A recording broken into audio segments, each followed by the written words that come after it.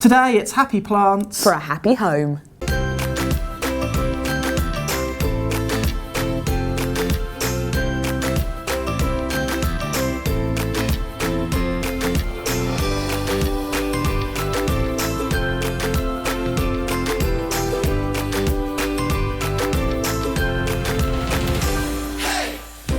Hello, welcome to Get Gardening. I'm Thordis and I'm Ian Roofe. And today we're looking at houseplants of every variety.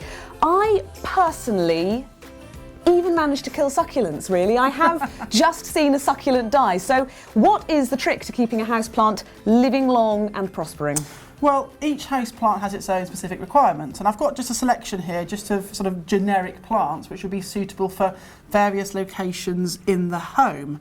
Now, the first thing I should say is that most people kill their houseplants with kindness, and that is the biggest problem, is that we just give them too much care and attention. And often, most things will really survive with a bit of neglect. And let's face it, people are busy and haven't got the time they always need to do these things. But you said about succulents, and I've got one down here.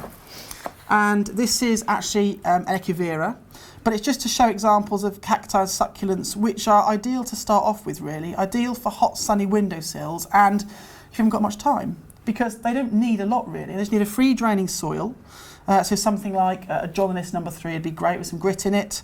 A nice clay pot, and these are growing in our greenhouses, so they are just in plastic pots. But if I was going to display them in the house, I'd put them in something which was terracotta, for example, or something which was glazed. And they need very little water, and that's the crucial thing about these. They have modified leaves, feel them. You know this. They're all nice and sort of thick and succulent. Actually, it's almost like fingers down a blackboard feeling. Yeah, exactly. And they've got, you'll see as you rub it, you're rubbing off this bloom.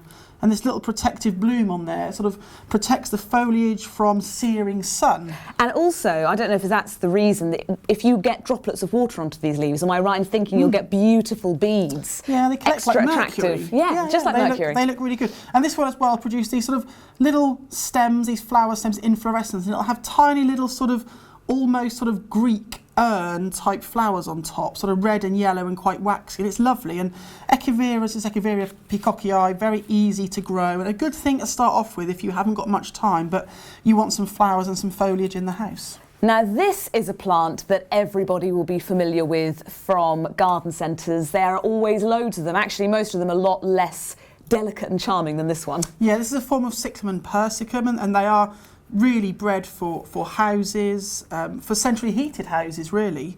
And they are designed to not coil their flowers back like normal cyclamen do. So they're designed to be a plant which is easy to pick the old flowers off because they stay up on the plant, would have a long season of flowering.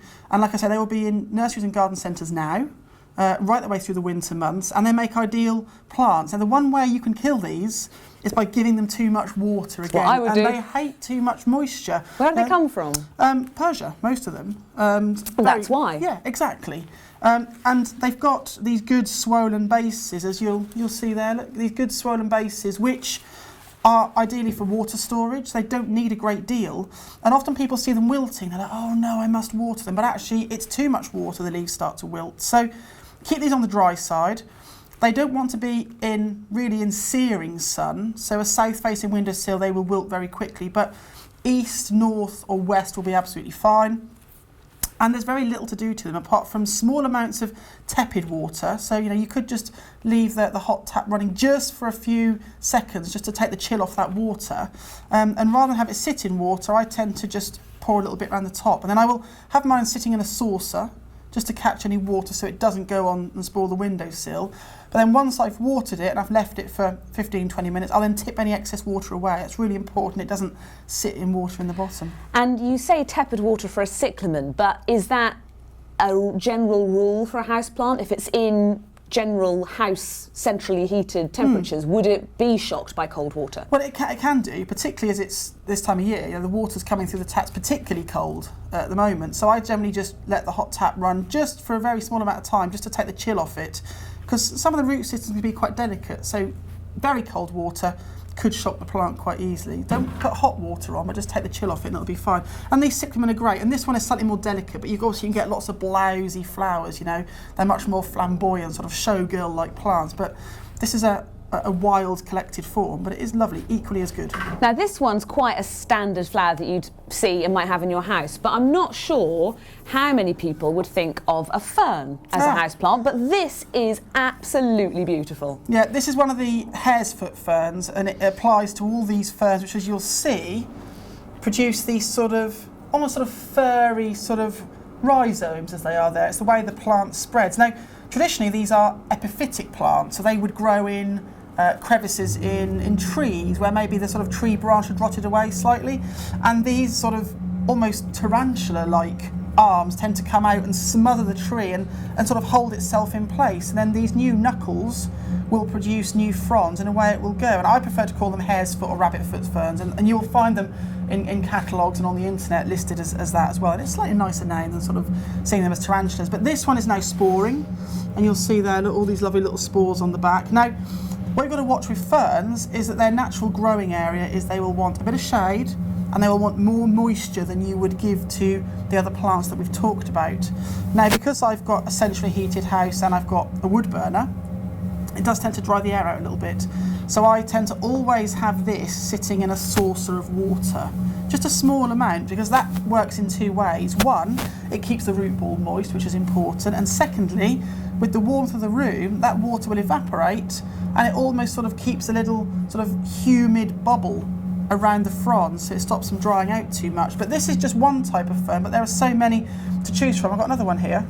This is a fern called phlebodium.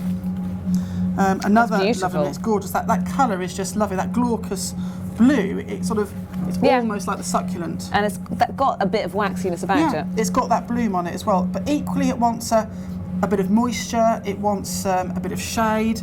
So a north-facing windowsill, or if you've got a corner of the room that just needs a bit of foliage in it, then these ferns are absolutely ideal. But with the phlebodiums, they're slightly different in that you can easily overwater them, so keep them just on the dry side. So you see, things do vary quite considerably, and if you buy things from garden centres and nurseries, often they'll be imported from Holland, and often they will have very generic labels on. So it may have a sun or a half sun, it may have a watering can with like sort of 2 droplets next to it. It's not always very helpful, so ask the people you're buying the plants from, and if not, go through a search engine, because there is so much information online about these plants that, you know, you will actually find out the whole life history of where it came from and what it likes. And quite a lot more than those labels. It's a perpetual mystery to me what some of the things on plant labels mean. Yeah, it's almost like some sort of alien language in some ways. You have to sort of get your eye in to get used to it. But this is phlebodium, and these harefoot ferns are very good for just giving you foliage in the house. Now you can tell it's a cold day because all the fans have come on here in the greenhouse to keep everything alive, but we'll carry on regardless. This, to me, Ian, looks a lot like a fuchsia, but I don't think it is. No, but you would be right in saying it's very fuchsia-like, because it's Begonia fuchsioides, and it makes a relatively good houseplant, actually. And begonias and fuchsias both like relatively shady areas, so it's another good houseplant for a north or an east or a west-facing windowsill, or just to have it on a table somewhere. And the reason I picked it is because there's a huge group of begonias, not just this Begonia fuchsioides, but things like Begonia rex, which have particularly good large foliage, which is usually sort of rich purples and silvers, and there's a lovely one called escargot, which has the lovely snail-like coils on the shell. And it doesn't have to just be about flowers, foliage is also important. And once again, they don't take too much watering, and they like shady areas. And windows in houses are smaller nowadays, if you think about it, in most properties, because it's to cut down on heat loss, so people have a lot less light in their homes. So things like this are great, and I would just grow it in a multi-purpose compost mixed with a bit of Dominus number 3, 50-50 mix, and that's a mix, you know, that I like for a lot of stuff. It's really good, and it'll be quite hungry and quite thirsty. So although your compost will have some feed in it, for the first probably 6 to 8 weeks, it would be a good idea to top it up after that time with all your houseplants with a proprietary sort of houseplant liquid feed, which you can buy from any good garden centre or nursery. And of course, you will need to pot these things up as well. It applies to any plant, but I tend to let my houseplants get a bit more pot bound than other things. And only last week I was potting up some ferns, and I was potting up a few succulent bits and pieces, because, you know, the rules in the house don't apply to when things are outside, because you've always got a constant temperature. So you don't really have a season as such, you know. But talking of constant temperature, if people go away regularly, I mean, I'm away from my house quite often for the weekend, and I worry, I mean, even the Christmas tree, I was worried about the fact that it was going from being really quite cold, because I didn't want to waste money on it being warm when I wasn't there, 50. Going from being really cold to really warm, because I'm a cold creature. Does that affect houseplants a lot? Yeah, fluctuations in temperature can have a great effect, not on the plant as its sort of structural integrity, but particularly when it's setting buds or it's going to flower. And if anybody grows things like Schlumbergers, which are the Easter and the Christmas cacti, or Zycocactus truncatus, which have those really sort of flat pads, you know, the ones, then they're a plant which particularly suffers from fluctuations in temperature, that once they've set bud, you cannot move them, and the biggest mistake is to put them somewhere else, because it might just be a draft from a doorway, it might be a fan coming on, like we've got in the greenhouse here, which suddenly causes sort of, you know, currents of warm air, and it will often cause the plants to drop their buds. But as a rule, unless it freezes, the plants themselves will be okay with changes in temperature from warm to cool. It's not going to cause the plant to die completely. Now, we have talked about some quite choice plants here, some of them very easily available, some you might have to hunt down.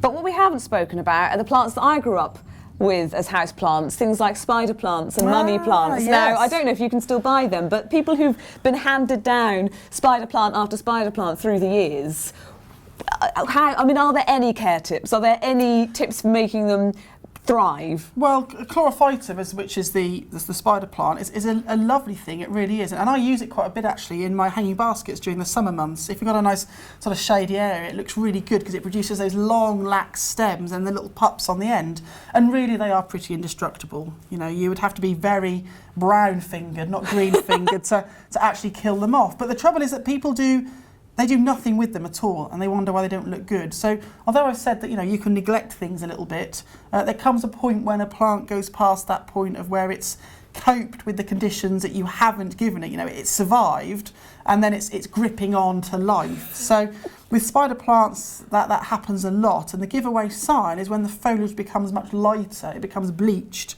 You know, you lose that sort of lovely yellow and green you've got on the leaf, and it all becomes very white and pasty. That's a sign it needs potting up and a bit of feed. But apart from that, you can't go wrong. And they look good on a shelf or something with those little pups cascading down. And the other one you mentioned, was it the money plant? Yeah, money plant. A good crash. And this is a smart golden one. Variegated, a smart one version that Mr. Gray's got in his collection. But, you know, chunky foliage again, feel that, you know, nice and succulent. Ooh. Doesn't need a Very great firm. deal. Yeah. Doesn't need a great deal of moisture to it, wants full sun, and they are indestructible. You know, the only way you could kill these is by leaving it outside and it hits about maybe -5 or colder, and that would, if you really didn't like it, that would be the way of getting rid of it. But apart from that, you can't go wrong. They're happy to be congested, they're like a nice mineral sort of a soil-based compost, and they are just good plants. You know, I mean, you normally see them in dentists or doctors' waiting rooms because they really are indestructible things. But they give a purpose, don't they? They give structure, they give greenery, and when they're really happy, they give lovely sprays of white starry-like flowers. You know, so even plants which are quite ubiquitous in the house are still worth giving some space to. And the important thing with all these house plants is they are so good at purifying the air. And we forget that in our homes there are lots of toxins in electrical goods, in furniture, you know, even printer ink, things like that. So to have plants in the house, they are always taking in those impurities, and during the day they're giving out clean, fresh air. So they're really good things to have to keep your home happy and healthy. So there you go. House plants, a whole range to choose from, bit of food, a little bit of slightly tepid water, and they'll be happy as Larry. Happy plants. And I'll say for a happy home. Ah, Is that way around? that's a bit cheesy, that's quite good. Okay. Okay.